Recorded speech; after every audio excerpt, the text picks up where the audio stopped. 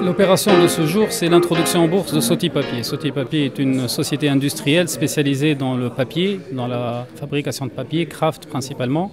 Cette société a été valorisée à 120 millions de dinars en termes de capitalisation boursière et nous avons ouvert 40% de la société, ce qui veut dire que nous sommes tenus de lever à peu près 48 millions de dinars de fonds sur le marché financier en l'espace d'une semaine.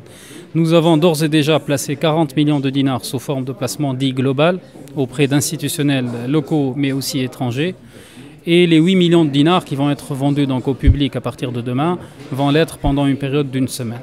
Soti Papier vient enrichir la côte de Tunis par un nouveau représentant d'un nouveau secteur d'activité.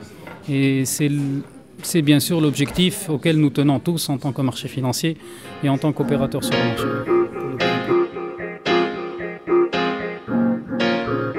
L'objectif, c'est d'ouvrir partiellement le capital de la société à la bourse.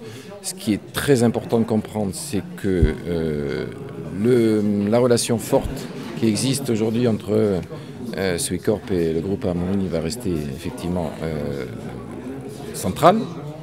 Et les 40% qui vont être mis en bourse, introduits en bourse, vont nous permettre d'apporter un plus en termes de notoriété au niveau de l'entreprise et surtout d'ajouter des cordes à notre arc de manière à financer par exemple différemment peut-être notre développement dans les années futures.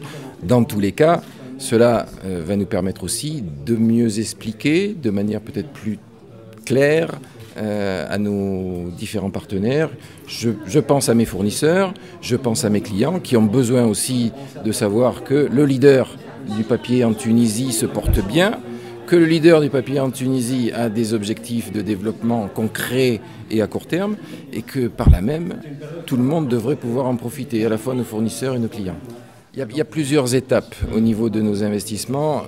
La première étape a déjà eu lieu en 2013, où on a mis en place un certain nombre de nouveaux équipements, une nouvelle automatisation pour un certain nombre d'équipements aussi qui doivent nous permettre très prochainement de conquérir de nouveaux marchés. Donc ça, c'est un premier point. Le deuxième point va concerner toutes les thématiques qui concernent la qualité, la sécurité, l'environnement. On a besoin, pour pérenniser une entreprise, de développer l'ensemble des secteurs qui constituent le corps de la vie de l'entreprise. On pense aux salariés, on pense aux clients, on pense aux fournisseurs, on pense aux actionnaires. Donc tout ce qui va contribuer à apporter de la valeur ajoutée à tous ces partenaires, on va le mettre en place.